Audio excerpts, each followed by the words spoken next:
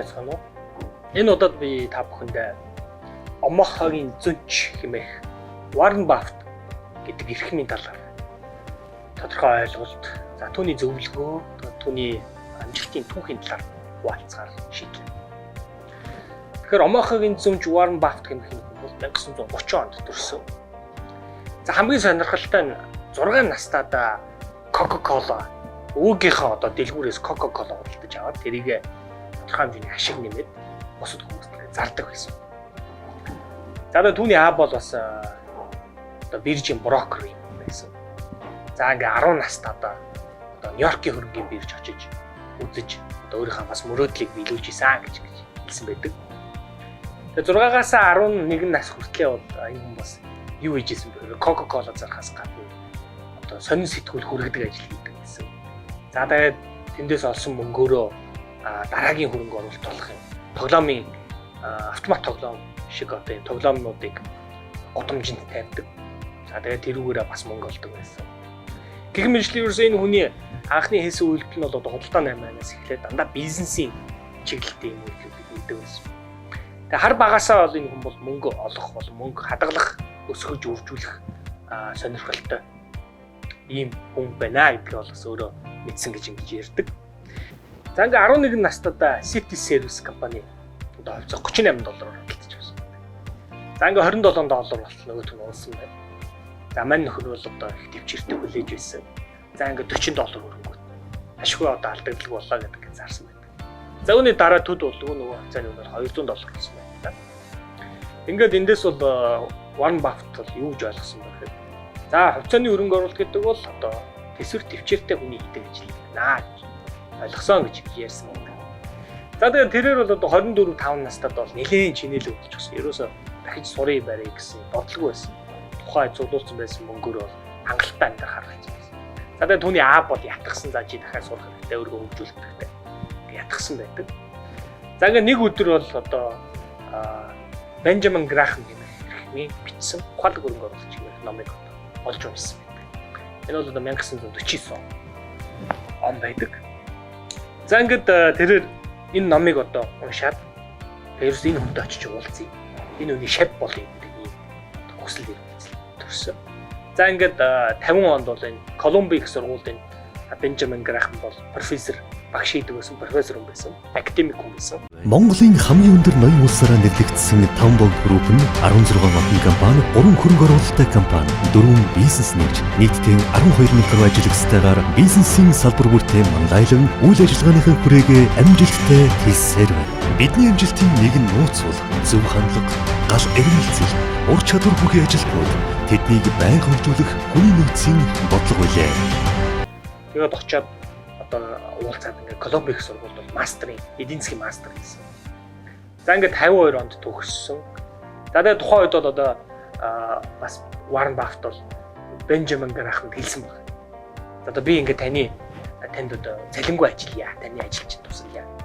Тэгээд Benjamin Graham тухайн үед хүлээж аваагүй гэдэг. За ингээд нөхөр бол одоо буцаад төрлөх нутагт ирсэн. За ингээд 20 одоо 5-6 наснда өөрийнхөө хувийн одоо хөрөнгө оруулалтын компани байгуулсан. За өдгөө энэ хүний хөрөнгийг бол одоо $65 тэрбум хэмжиж байна.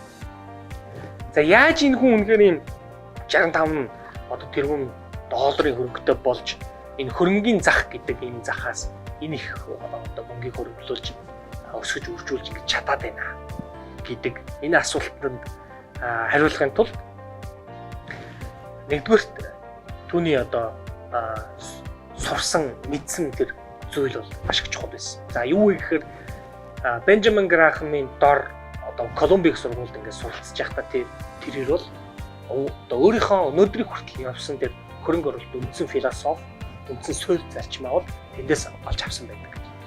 Олж авсан юм аа гэж хэлдэг. Тэгээд өөрөө бол хэлэхдээ би бол 75% Benjamin Graham, 25% бол Fisher гэж ингэж хэлсэн байдаг. Тэгэхээр тухайн үед бол одоо түүний одоо хөрөнгө оруулалт түүний энэ амжилтанд өнөөдрийн өндөрлөгт хүрэхэд нөлөөлсөн хоёр том багш нь бол энэ хоёр байсан. Тэгээд өөрийнхөө бол 75% нь бол би Benjamin Graham, 25% нь бол Fisher маа гэж ингэж тодорхойлсон. Тэгэхээр ер нь бол альва одоо хүн амжилттай явхад бол энэ зөв цагтаа зөв тэр мэдлэг ур чадвар боловсролыг олж авах нь бол маш чухал юм байна гэдэг эндээс харагддаг. За тэгээд өнөөдөр бол түүний үсгэм байгуулсан өдөртөж явж байгаа Berkshire Hathaway гэдэг даатгалын компани байна. Хөрөнгө оруулалтын компани байна.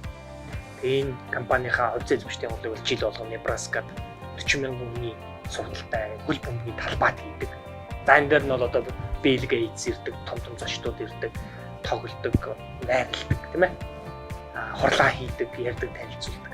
Монголын хамгийн өндөр ноён улсаараа нэрлэгдсэн Townbound Group нь 16 охин компани, 3 хөрөнгө оруулалттай компани, 4 бизнес нэгж, нийтдээ 12,000 гаруй ажиллагчдаагаар бизнесийн салбар бүртээ мандайлан үйл ажиллагааныхын хүрээгээ амжилттай хийсээр байна. Бидний амжилтын нэгэн нууц бол зөв хандлага, гал эрмэлзэл, ур чадвар бүхий ажилтнууд тэднийг байнга хөгжүүлэх хүний нөөцийн бодлого байлаа. Ийм ажиллагаа ингэ болдгоо.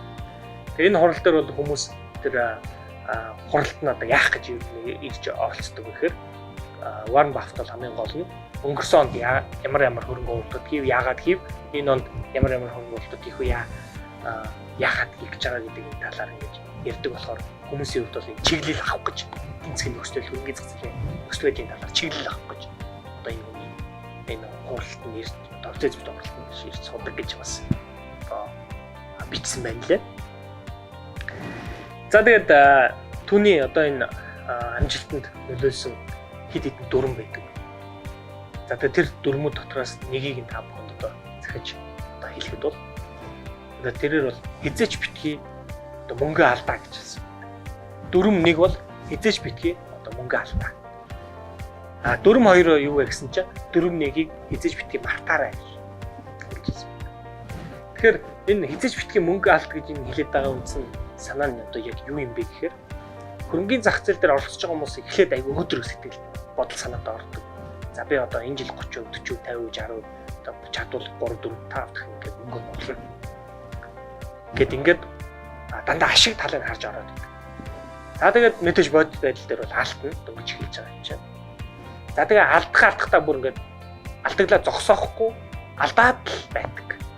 За ингээд сүүлд анх оруулсан мөнгө нь бол үндсэндээ 70-80% ингээд алдагдлалд ороод бүрэн ингээд сүрдэг, шатдаг болж байгаа. Ихэнх хүмүүс. Тэгэхээр Warren Buffett юу гэж хэлсэн байна вэ гэхээр эхлээд битгий их ашиг бодож ороо. Эхлээд эхний хэдэн жил зөвхөн мөнгөө яаж алдахгүй байх вэ гэдэг тухай бод. Эхний жилүүдэд мөнгөө алдахгүй байж чадах юм бол дараагийн жилүүд чинь мөнгөө өсгөх тэр ур чадварыг өөрөө ингээд эзэмшдэг юм аа.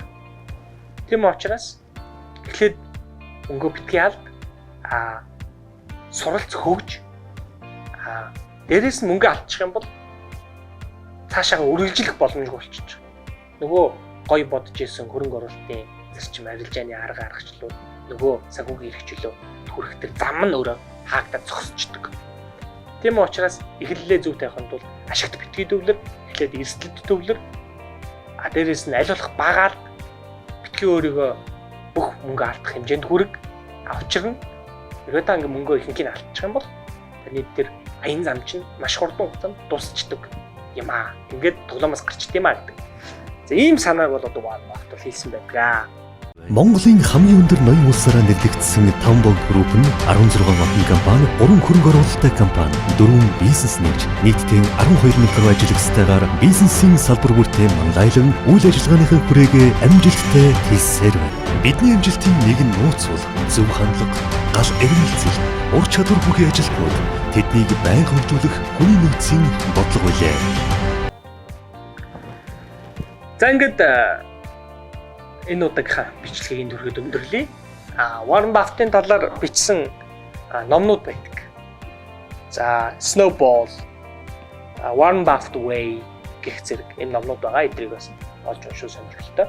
Warren Buffett бол яг өөрөө бол ном бичиг ба. Түүний талаар бол хүмүүс энэ ном бичсэн юм аа.